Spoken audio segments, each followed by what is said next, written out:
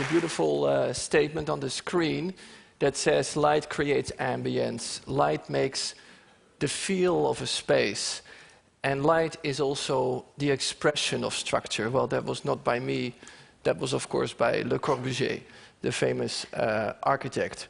And here you can see what he meant in one of his beautiful buildings, the chapel Notre-Dame du Haut-Tranchant, where he creates this light that he could only make because there's also dark. And I think that is the quintessence of this 18 minutes talk, that there is no good lighting that is healthy and for our well-being without proper darkness. So this is how we normally would light our offices. We have codes and standards that tell us that the light should be so much lux and of great uniformity. This is how we create uniform lighting from one wall to the other in a regular grid of lamps. And that is quite different from what I just showed you from Le Corbusier. If we would apply these codes and standards to the Pantheon in Rome, it would never have looked like this. Because this beautiful light feature that goes around there all by itself can only appear because there is also darkness in that same building. And the same is more or less what Santiago Calatrava said when he said, light, I make it in my buildings for comfort. And he didn't mean the comfort of a 5-course dinner as opposed to a 1-course meal, but he really meant the comfort of the quality of the building for the people. He meant that you can see the sky and that you can experience the sun. And he created these gorgeous buildings where you can see the sky and where you can experience the sun that give us a better life in the built environment. Just because of the relevance of light in its brightness and also in its shadows. And what it all boils down to is, of course, the sun. And this image of the sun may suggest that the sun is something evil and aggressive, but we should not forget that all energy on this planet actually comes from the sun. And light is only a manifestation of that energy. The sun is for dynamics, for color changes. The sun is for beauty in our environment. Like in this building, the High Museum in Atlanta, which has been created by Renzo Piano from Italy together with Arab Lighting, a brilliant team of lighting designers who created a very subtle modulation of light across the space, responding to what the sun does outside just because of all these beautiful openings in the roof. So in an indirect way, you can see the sun. And what they did is they created an integral building element to improve the quality of the space that surrounds the visitors of the museum. They created this shade that you can see here, which actually covers the sun but opens up to the good light from the sky. And here you can see how they really crafted a beautiful design process with physical models, with quantitative as well as qualitative methods to come to a final solution that is truly integrated and completely holistic with the architecture. They allowed themselves a few mistakes along the way. As you can see here, there's some direct light on the floor, but they could easily figure out where that comes from. And they allow people in that building to really enjoy the sun, the good part of the sun. And enjoying the sun can be in many different ways, of course. It can be just like this, or maybe like this, which is rather peculiar, but this is in 1963, the viewing of a sun eclipse in the United States. And it's just a bit bright up there, so these people have found a very intriguing solution. This is, I think, a very illustrative image of what I try to say, that the beautiful dynamics of sun, bringing these into the building, creates a quality of our built environment that truly enhances our lives. And this is all about darkness as much as it is about lightness, of course, because otherwise you don't see these dynamics. As opposed to the first office that I showed you in the beginning of the talk, this is a well-known office, which is the White Group. They are in green energy consulting or something like that, and they really practice what they preach, because this office doesn't have any electric lighting at all. It has only, on one side, this big glass window that helps to let the sunlight enter deep into the space and create a beautiful quality there and a great dynamic range.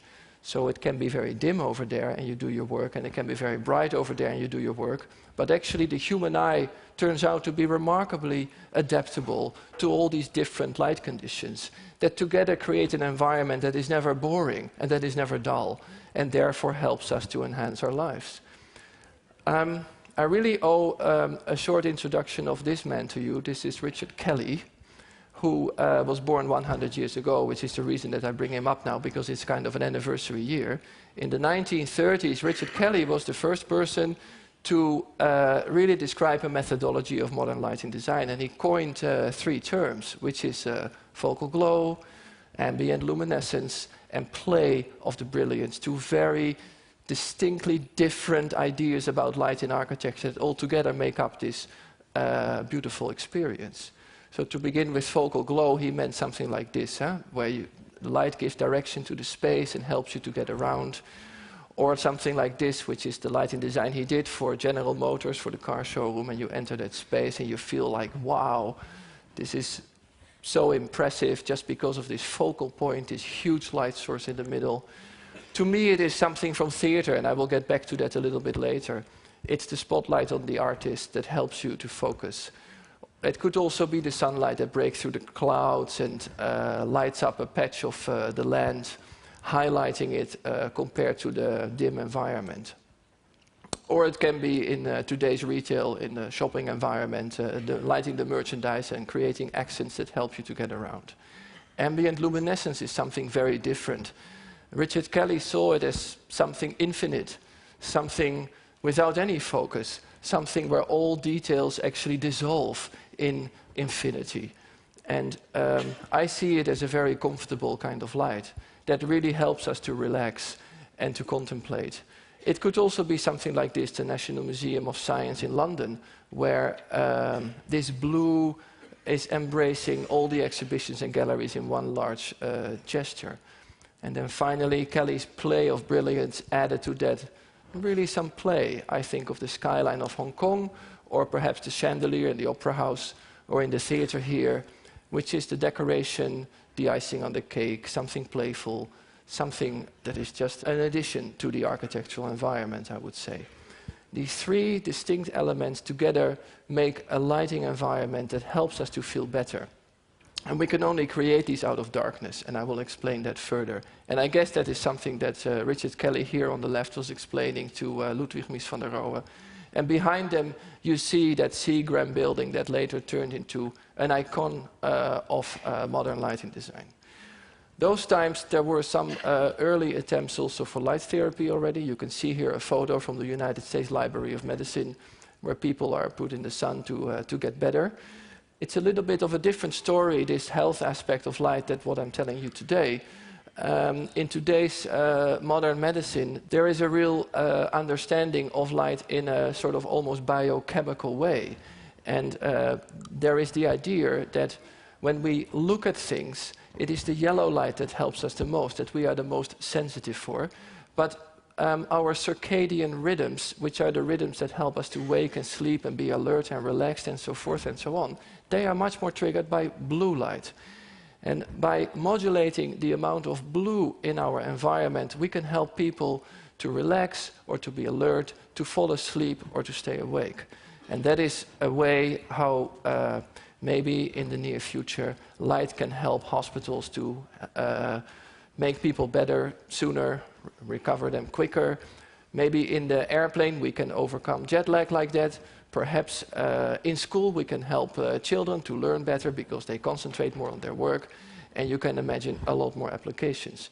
But I would like to talk further about the combination of light and darkness as a quality in our life. So light is of course for social interaction also, to create the relationships with all the features around us. It is the place where we gather around when we have to say something to each other. And it is all about this planet. But when you look at this planet at night, it looks like this. And I think this is the most shocking image in my talk today. Because all this light here goes up to the sky. It never reaches the ground where it was meant for.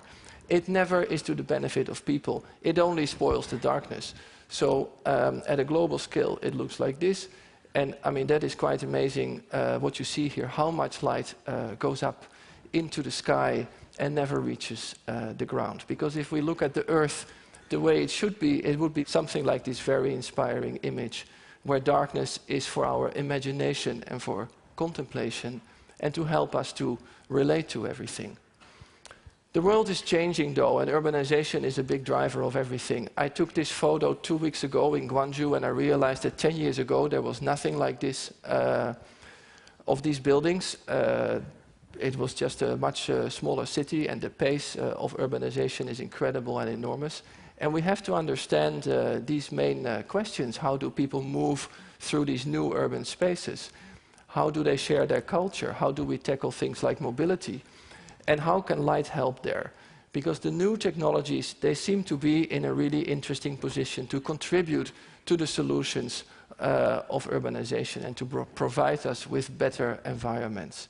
It's not that long ago that our lighting was just done with these kind of lamps. And of course we had the metal halide lamps and the fluorescent lamps and things like that. Now we have LED, but here you see the latest one, and you see how incredibly small it is. And this is exactly what offers us a unique opportunity, because this tiny, tiny size allows us to put the light wherever we really need it, and we can actually leave it out where it's not needed at all and where we can preserve darkness. So that is a really interesting proposition, I think, and a new way of lighting the architectural environment with our well-being in mind. The problem is, though, that I wanted to explain you how this really works, but I can have 4 of these on my finger, so you would not be able to really see them. So I asked our laboratory to do something about that, and they said, well, we can do something. They created for me the biggest LED in the world, especially for TEDx in Amsterdam. So here is it. It's the same thing as you can see over there, just 200 times bigger. And I will very quickly show you how it works. So just to explain. Now, every LED that is made these days gives blue light. Now, this is not very pleasant and comfortable. And for that reason, we cover the LED with a phosphor cap. And the phosphor is excited by the blue and makes the light white and warm and pleasant. And then, when you add the lens to that, you can bundle the light and send it wherever you need it without any need to spill any light to the sky or anywhere else. So you can preserve the darkness and make the light. I just wanted to show that to you, so you understand how this works. Thank you. We can go further. So we have to rethink the way we light our cities. We have to think again about light as the default solution. Why are all these motorways permanently lit? Is it really needed? Can we maybe be much more selective and create better environments that also benefit from darkness? Can we be much more gentle with light? Like here, this is a very low light level actually. Can we engage people more in the lighting projects that we create, so they really want to connect with it, like here? Or can we create simply sculptures that are very inspiring to be in and to be around? And can we preserve the darkness? Because to find a place like this today on Earth is really very, very challenging. And to find a starry sky like this is even more difficult. Even in the oceans, we are creating a lot of light that we could actually ban also for animal life to have a much greater well-being. And it's known that migrating birds, for example, get very disoriented because of these offshore platforms. And we discovered that when we make those lights green, the birds, they actually go the right way. They are not disturbed anymore. And turns out once again that spectral sensitivity is very important here. In all of these examples, I think we should start making the light out of darkness and use the darkness as a canvas, like the visual artists do, like Edward Hopper in this painting. I think that this is a lot of suspense in this painting. I think when I see it, I start to think, who are those people? Where have they come from? Where are they going? What just happened? What will be happening in the next 5 minutes? And it only embodies all these stories and all this suspense because of the darkness and the light. Edward Hopper was a real master in creating the narration by working with light and dark. And we can learn from that and create more interesting and inspiring architectural environments. We can do that in commercial spaces like this, and you can still also go outside and enjoy the greatest show in the universe, which is, of course, the universe itself. So I give you this wonderful, informative image of the sky ranging from the inner city, where you may see 1 or 2 stars and nothing else, all the way to the rural environments, where you can enjoy these great and gorgeous and beautiful performance of the constellations and the stars. In architecture, it works just the same. By appreciating the darkness, when you design the light, you create much more interesting environments that truly enhance our lives. This is the most well-known example, Tadao Ando's Church of Light. But I also think of Peter Zumthor's spa in Vals, where light and dark in very gentle combinations alter each other to define the space. Or Richard McCormack's Southwark Tube Station in London, where you can really see the sky, even though you are under the ground. And finally, I want to point out that a lot of this inspiration comes from theater. And I think it's fantastic that we are today experiencing TEDx in a theater for the first time, because I think we really owe to the theater big thanks. It wouldn't be such an inspiring scenography without this theater. And I think the theater is a place where we truly enhance life with light. Thank you very much.